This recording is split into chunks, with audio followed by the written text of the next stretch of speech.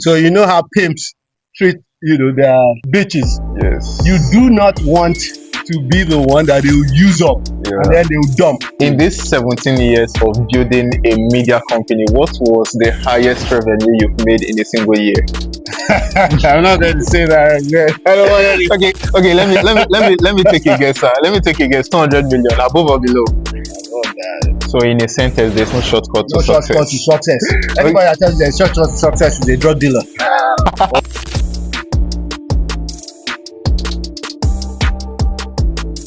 Are you an entrepreneur?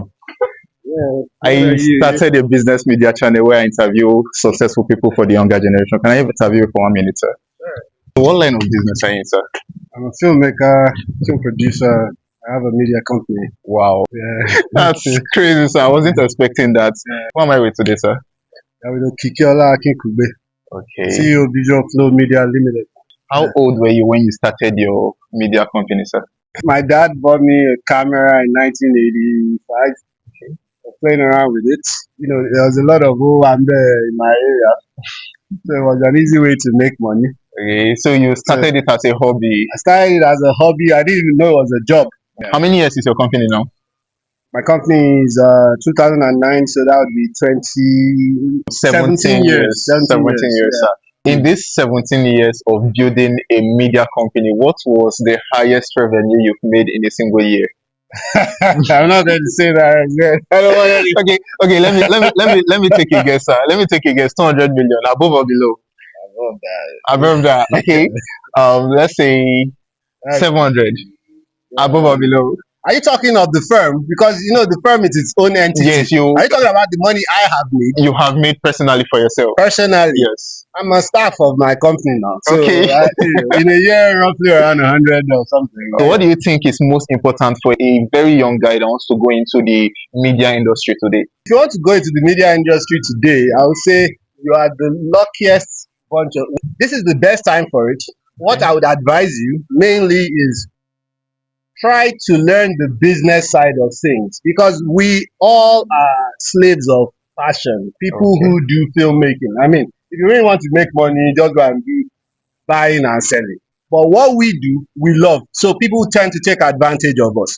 Do not service someone else's passion or someone else's dream for too long. My dad used to say, if you work for someone for 4 years and you don't know enough about what the person is doing to set up your own company, then you consider that you have wasted 4 years of your life. So it's important that you don't go into that particular thing for the money, but you need to learn that particular You need to learn the business. No, go into it for the money. See, this is the mistake. Okay.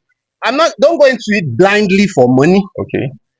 But know the business of it. That way you are protected, because they will use you. So you know how pimps treat their bitches. Yes. You do not want to be the one that they will use up and then they will dump. And if they're not showing you where the business of it is, you might want to really consider looking for someone that is interested in your personal development beyond just what you can offer them, and then they can pay you 50K or 100K. There are a lot of young creators out there currently that are doing content. What will you say is the easiest or the fastest means to monetize content creation today?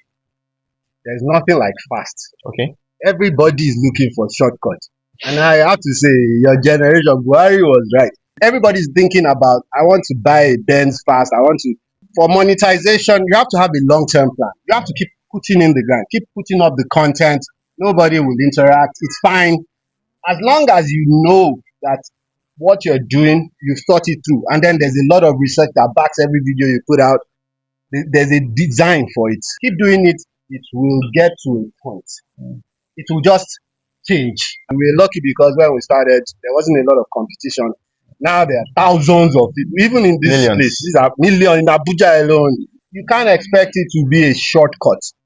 You can expect that what I am doing, I am getting better, I am improving. There's work. If you get used to work, you will make it. You spoke about having someone that has your interest at mind. How important would you say a mentor is in starting a career? If you are entering an industry, you need somebody. You have to get someone that is not insecure.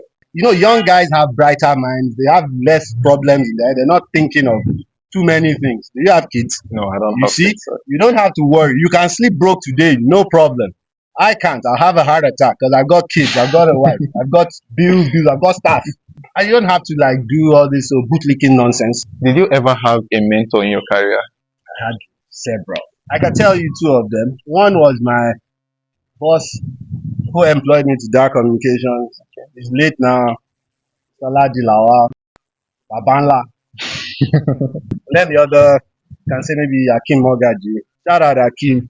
If you see this, he's in the UK. You said something about using your salary to buy nice stuff. What are the mistakes that you see poor people making in today's world that keeps them poor? They keep looking at rich people. Mm. They keep thinking that you have to be rich. Everybody thinks, oh, let me quickly get there. That's why the whole question of what's the fastest way to anything, Mm. just knock that out of your mind. If you love what you do, that's all. And you are grinding.